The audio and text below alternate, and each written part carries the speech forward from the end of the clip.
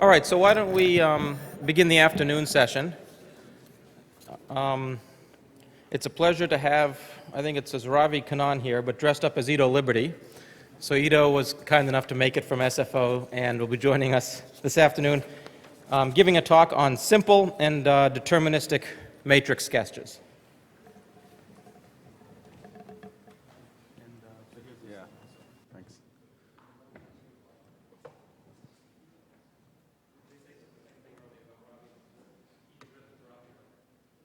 Thanks. So, yeah, sorry for, I for some reason thought my talk was on Wednesday. I apologize. And for anybody who came to listen to Ravi and you get me, I apologize. Okay, so let's kick it off. So I think I don't need to sell the idea of data being a very large matrix to the audience here. So it's not always the case, but it's very often the case. And this is true for many different kinds of data. This is true for text and audio and video, maps in certain manifestations, user actions and recommendation engine data, and so on. And here I just plotted down a few sizes of matrices that I sometimes see in Yahoo.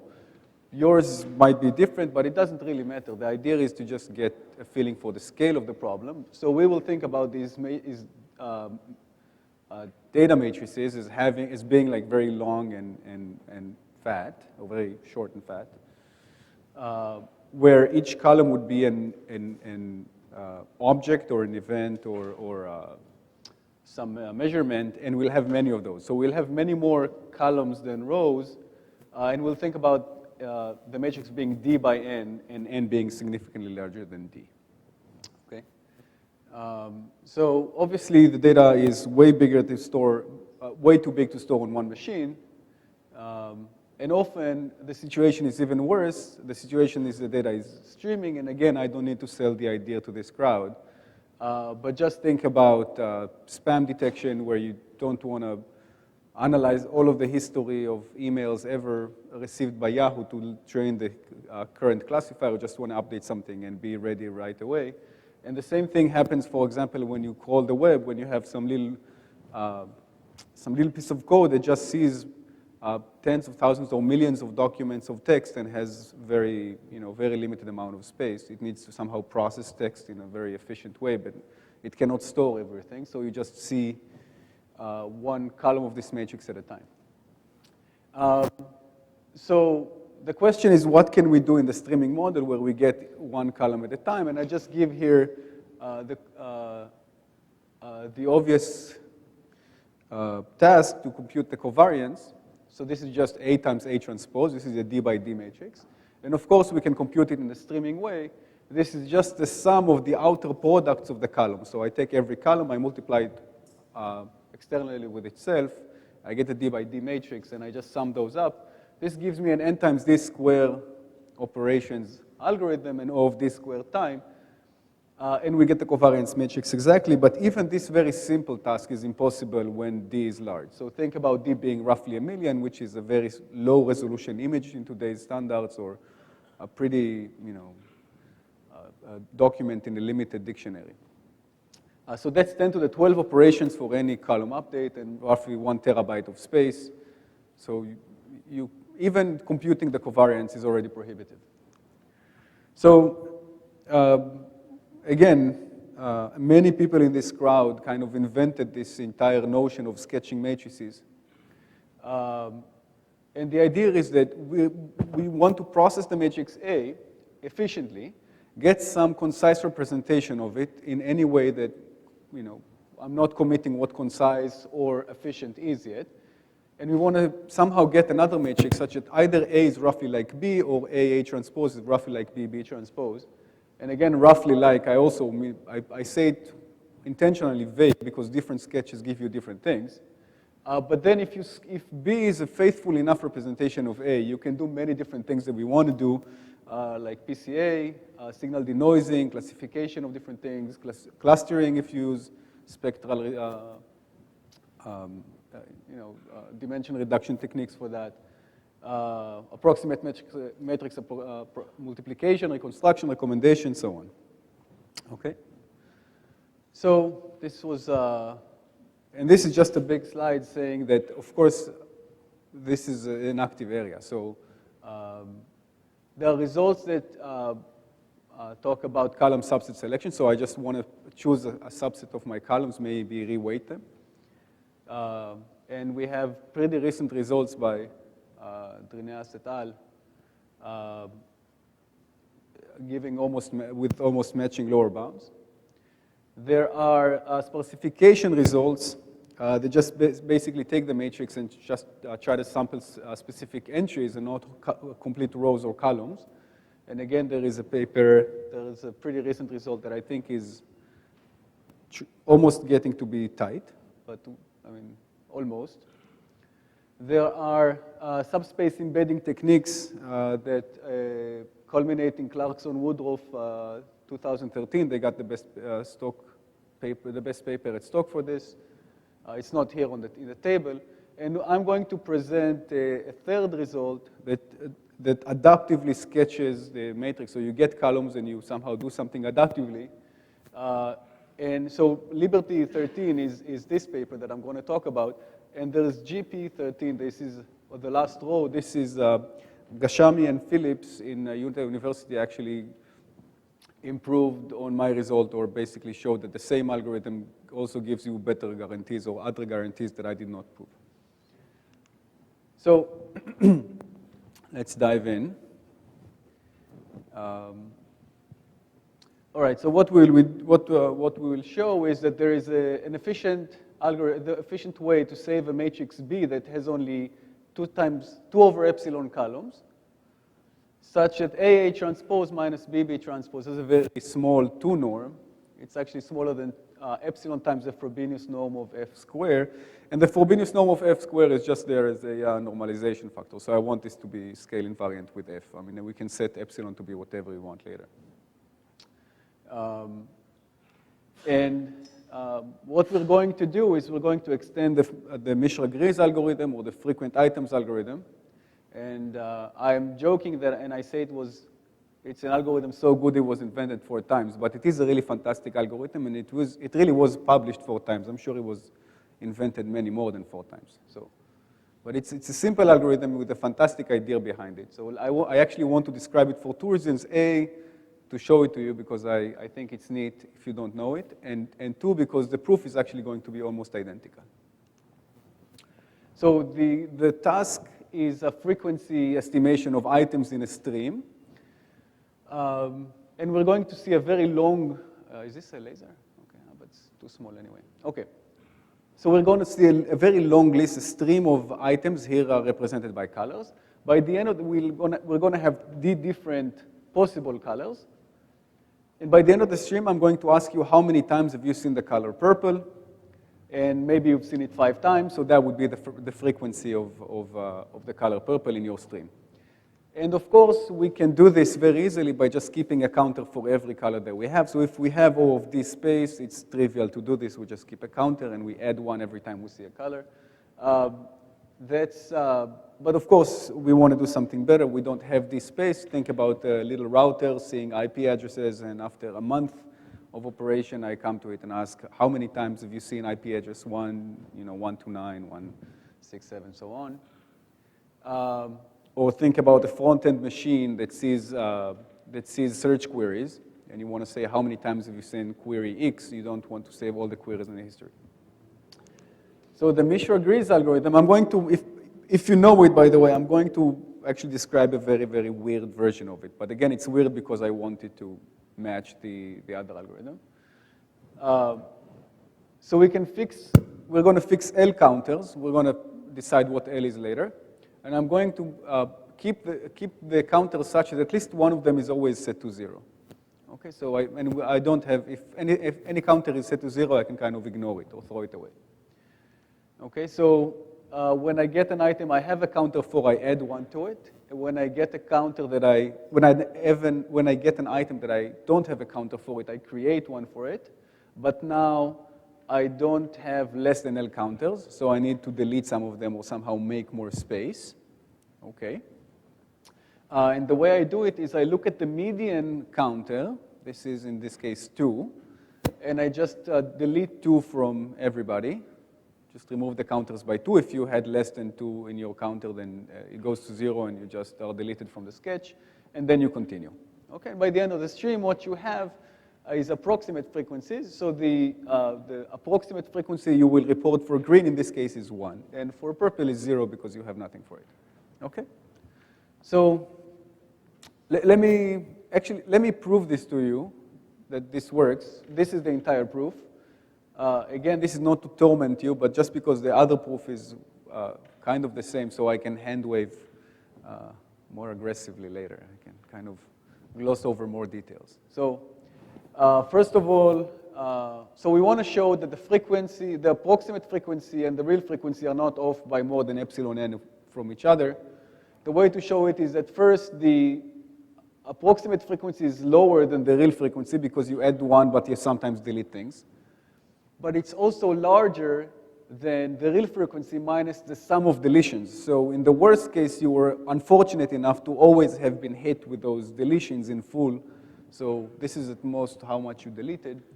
So we want to somehow bound this sum of delta t. And we do this by saying, hey, the sum of my approximate counts by the end of this process is positive. It's greater than 0. But I can also count it in a different way. I will just sum up all time steps. Every time step, I add 1. And then I delete something. And what I delete is at least L over 2. Those are the things greater than the median. This is the bigger half. And then for those, I delete at least delta t. So this is, I delete at least this much. And if I push the sum inside, I just get n minus L over 2, the sum of delta t. And if I arrange this side and this side, I just get the sum of delta t is smaller than twice n over L. And then if I just set L to be 2 over epsilon, I get what I want. Okay, so this is the entire proof. Okay. If my intuition of the algorithm is actually that what happens is that every time you delete, okay, you have this phenomena that each specific counter is only hit by a fraction epsilon of what you hit the entire collection of counters. Okay, so you are guaranteed, and this you cannot do very often. So if you do this too often, you run out of counters. Okay, so what's happening? So how are we going to convert this to matrices? So we're going to have this matrix with at most L columns. And we're going to keep that some of the columns are always set to 0 in the same way we did for the counters.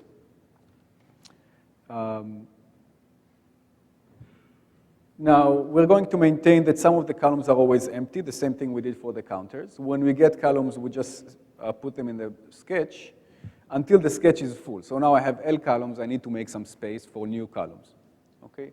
The way I do it is the following.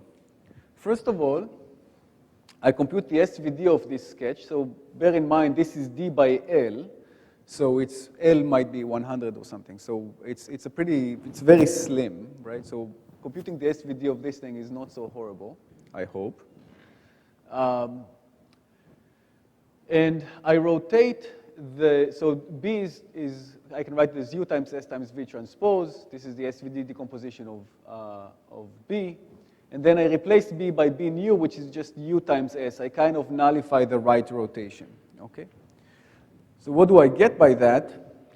Well, we have that B transpose is the same thing as B nu transpose because I just remove the right-hand side rotation. So the covariance matrix doesn't change, so I don't lose anything.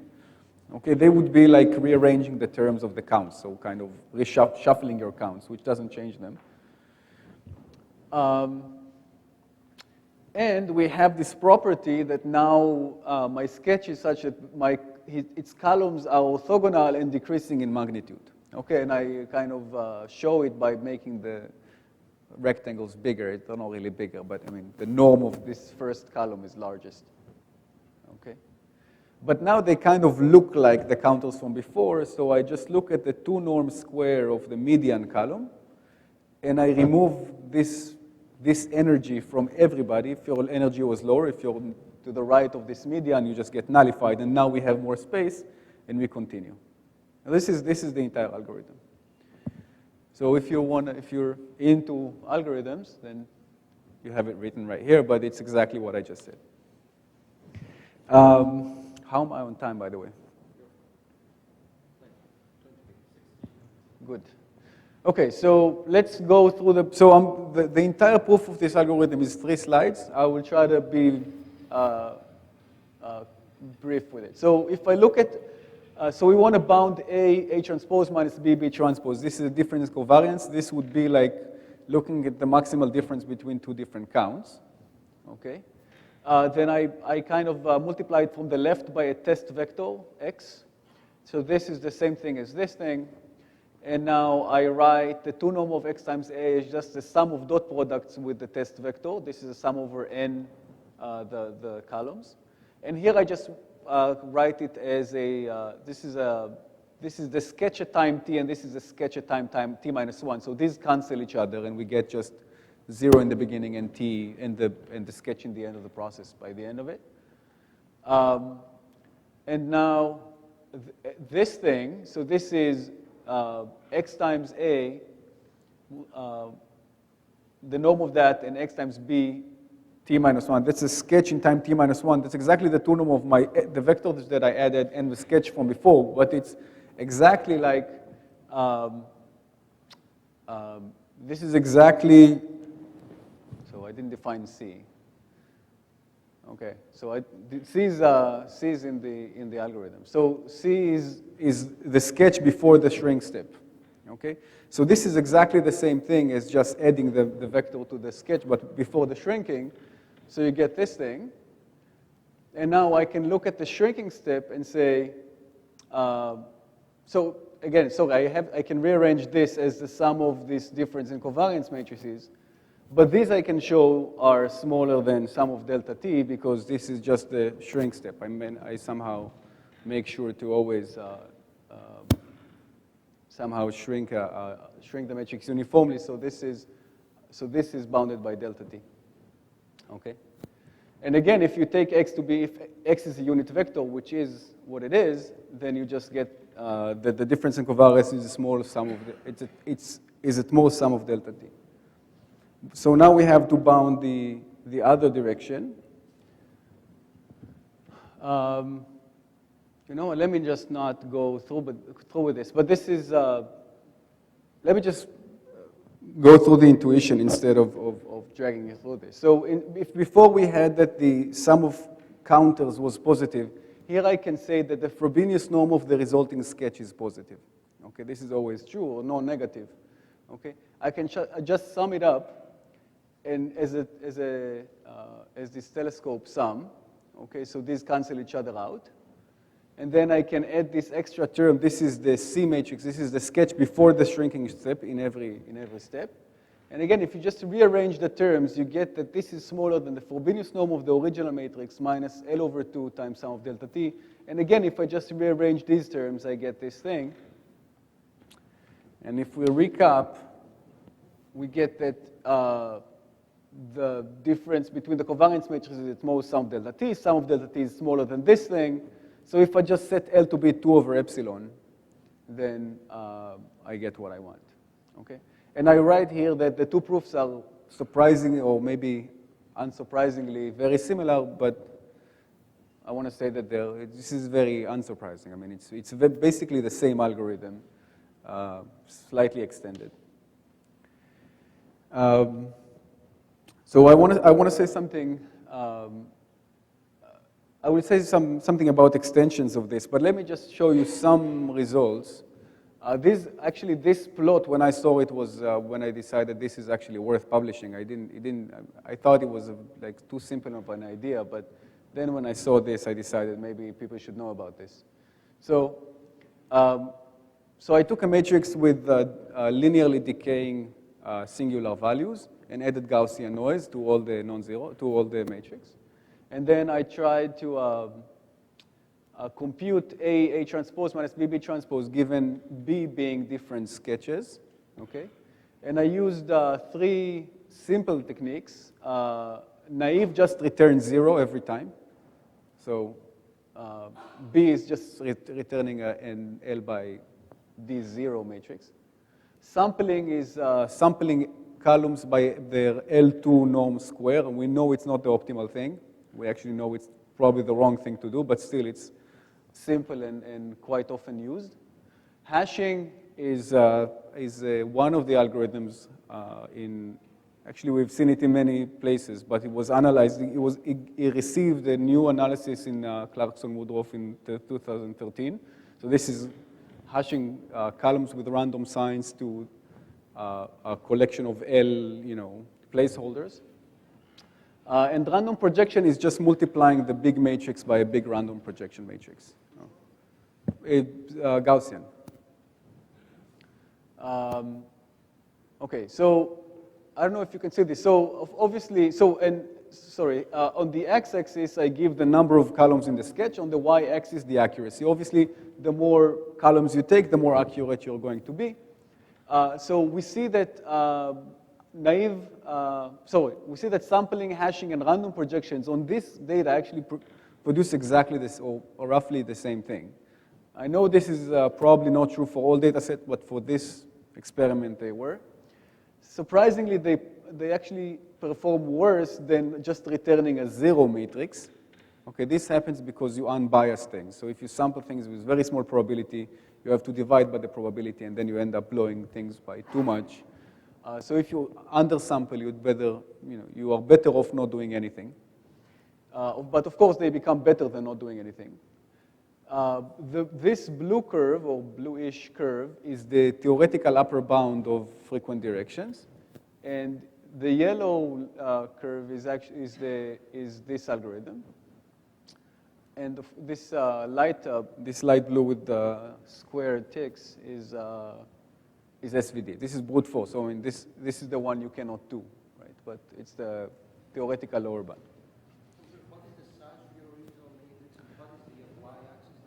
Okay, so yeah, I should have normalized it, but so I think it was. What's the size? So I think it was 1,000 by 10,000 because I had to run SVD.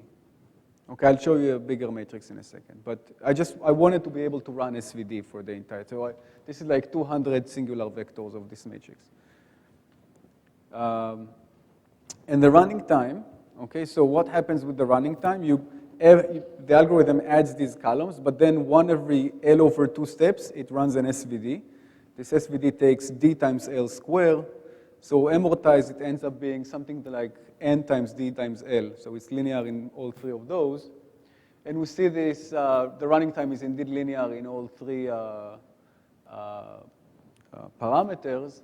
But just to point out that this point here, this is a 100,000 by 10,000 dense matrix sketched out with 100 L equals 100, so 100 columns in the sketch, which is roughly this point here. It's not bad, maybe, or maybe not good enough, but that's what it is. And this takes 180 seconds. This is 3 minutes. It's not bad. Brute force is SVD. It's just, you mean which package? You mean which software package, or which algorithm? It's three. This is let's say 130 top singular values of the matrix. So top singular vectors of the matrix are the sketch, which are the thing that we know minimizes this. Yeah. I mean, this is an offline. This is a theoretical lower bound. We cannot really run this, of course. This is not one of the competitors. It's not actual columns. So what? The true optimal would be actually look at no possible substance of columns. Because your B is actual columns to the matrix, right? No, it's actually columns. This internal SVD rotation is actually mixing them in some weird way. So you theoretically are kind of battling this thing. Okay, so the running time is I think for most purposes is not bad, maybe not optimal. But I want to add some things that happened after I wrote this paper. So first of all, Gasham and Phillips I want to say something about the result. They showed that actually, if you, let me see where I can say this in the most,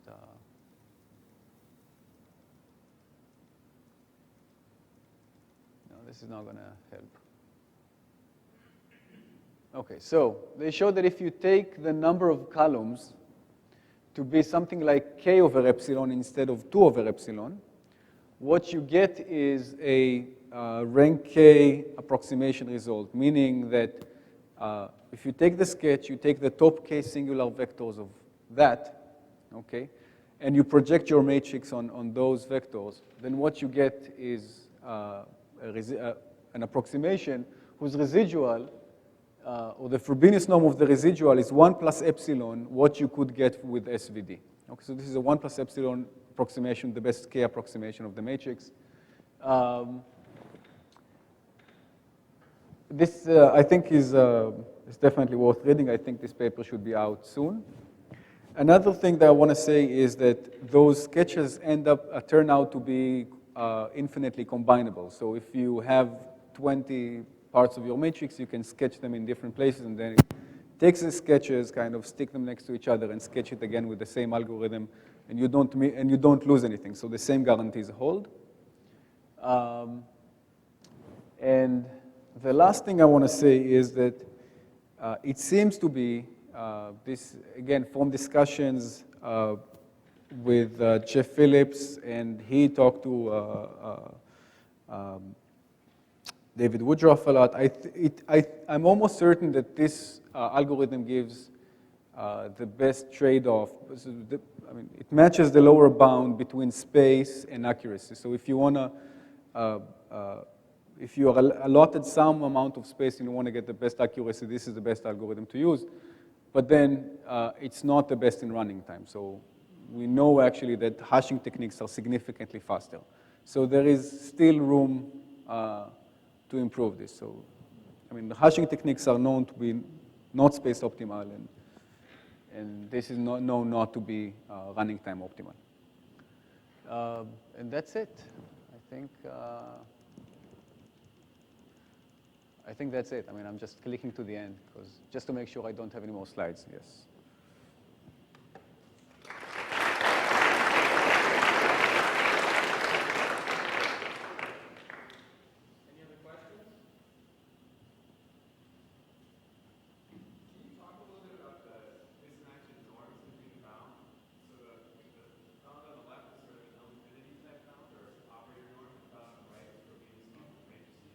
Yeah.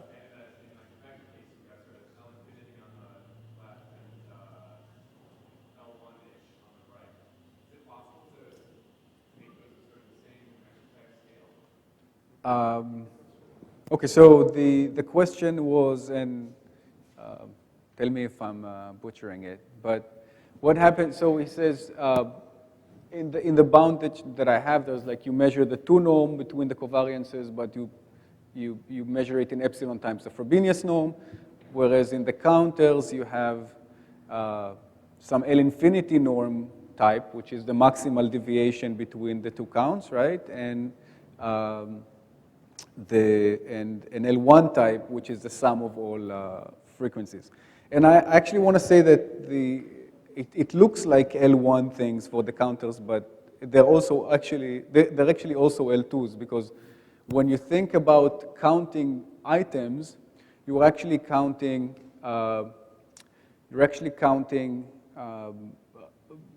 zero. You're kind of encountering 0, 1 vectors, like or standard basis vectors, right? And for those, the L2 norm and the L1 norm are the same.